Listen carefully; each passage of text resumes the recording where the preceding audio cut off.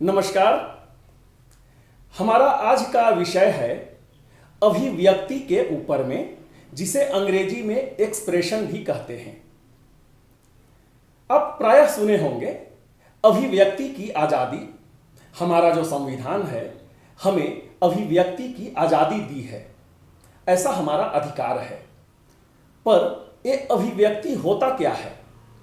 हमारे धर्म ग्रंथों में इस अभिव्यक्ति के बारे में क्या बतलाया गया है, आज हम उसी के बारे में बात करेंगे।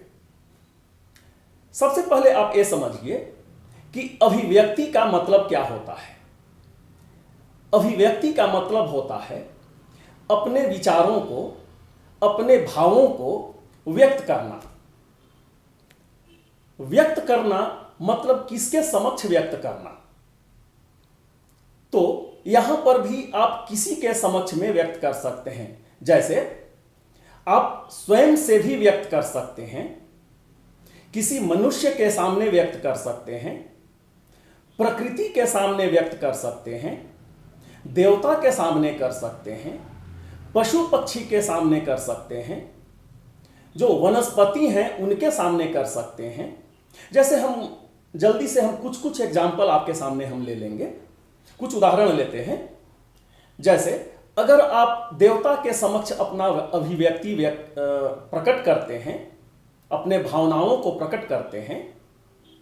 आप देखे होंगे जब आप मंदिर जाते हैं या जब आप दुख में होते हैं या किसी भी परिस्थिति में, आप स्वयं भगवान से बात कर रहे होते हैं। जो आपकी भावनाएं हैं उसको व्यक्त कर रहे होते हैं कि प्रभु हम बहुत कष्ट में हैं, आप हमें किसी तरीका से इस कष्ट से उबार लीजिए।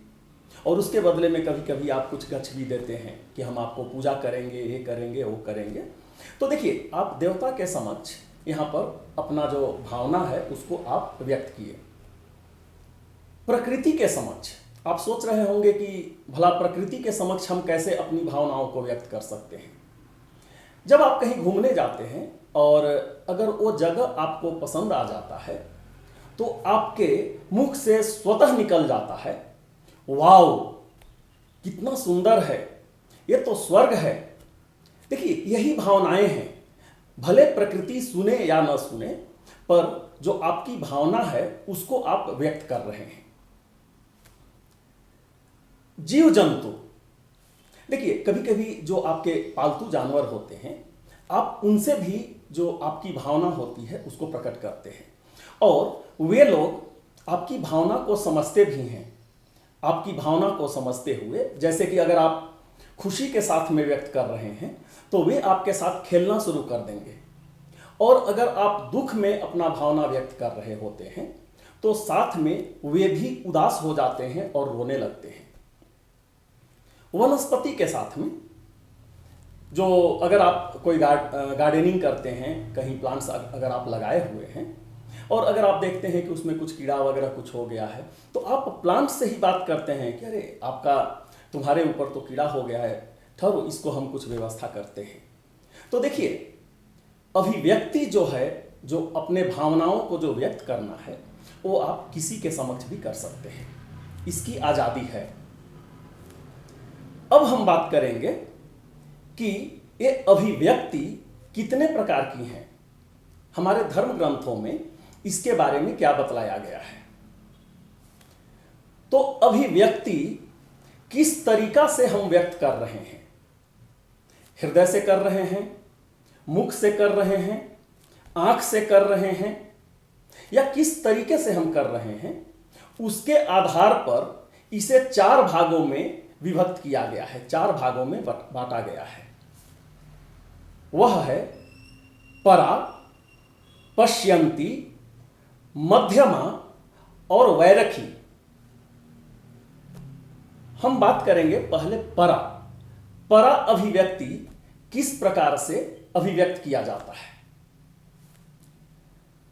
यहां पर आप उदाहरण लीजिए कि कभी कभी आप घर में बैठे रहे होंगे, सब कुछ ठीक ठाक चल रहा होगा और उसी समय आपके मन में कुछ कौतूहल हो जाएगा और आप स्वयं से जो आपकी जो भावना है वह व्यक्त करना शुरू कर देंगे। आपके समक्ष कोई रहेगा नहीं, अरे मेरा बच्चा सही तो होगा, वह घूमने के लिए गया हुआ है, कहीं कोई वह परेशानी में तो नहीं पड़ गया है, उसको आप टेलीपैथी के रूप में भी समझ सकते हैं। मेरी माँ सही तो है, मेरे पिताजी ठीक तो हैं। देखिए, आप किसी से व्यक्त नहीं कर रहे हैं, आप स्वयं से व्यक्त कर रहे हैं। और उस परिस्थिति में आप कोशिश करते हैं कि किसी तरीका से जो हमारे पुत्र हैं, पिता हैं, माता हैं, या जिनके बारे में आपको इस तरह की भावना आ रही होती है, आप कोशिश करते हैं कि जितना जल्दी हो उनसे कुछ न कुछ समाचार मिले। तो और दूसरा उदाहरण इसी में आप ले लीजिए कि कभी कभी आप कहीं बैठे होते हैं और कुछ डिस्कशन हो रहा होता है, कुछ बातचीत चल रही होती है, उसी समय आप भी कुछ न कुछ बोल देते हैं जो कि अनरिलेटेड टॉपिक होता है, उससे संबंधित नहीं होता है जो वहां पर बात हो रही होती है। और जब लोग आपसे पूछते हैं कि क्या बोला आपने, तो आपको ही याद नहीं रहता है कि आपने क्या बोला, लेकिन कुछ न कुछ जो भावना होती है वो चल रही होती है जिसको आप व्यक्त कर देते हैं। तो इस प्रकार का जो भावना है जिसको हृदय से व्यक्त किया जाता है उसको परा बोलते हैं। और भी बहुत सारा उदाहरण हो सकता है, जैसे कि आप मंदिर में गए हुए हैं, आप कुछ बोल नहीं रहे हैं, आपका हृदय से कुछ न कुछ निकल रहा है भगवान के समक्ष। तो ऐसे ऐसे बहुत सारा उदाहरण है। जो भी भावना हृदय के द्वारा व्यक्त किया जाता है वह परा के श्रेणी में आता है। ठीक है। दूसरा, पश्यंती।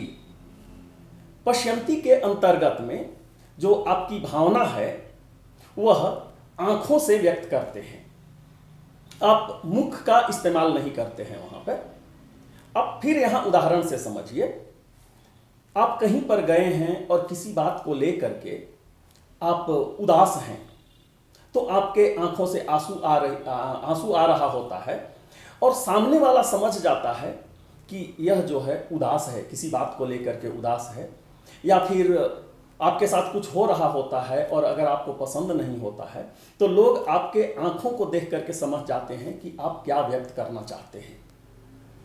दूसरा, अगर बच्चे कहीं खेल रहे होते हैं तो आपको उनको डांटना है, तो कोई जरूरी नहीं है कि आप मुख से ही डांटें, आप उनको आंखों से भी डांटते हैं। मतलब जो आपके अंदर भावना है उसको आप आंखों के माध्यम से व्यक्त करते हैं। और बच्चे जो होते हैं वो आपका आंख देख करके ही समझ जाते हैं कि आप चाहे गुस्से में हैं या प्यार कर रहे हैं।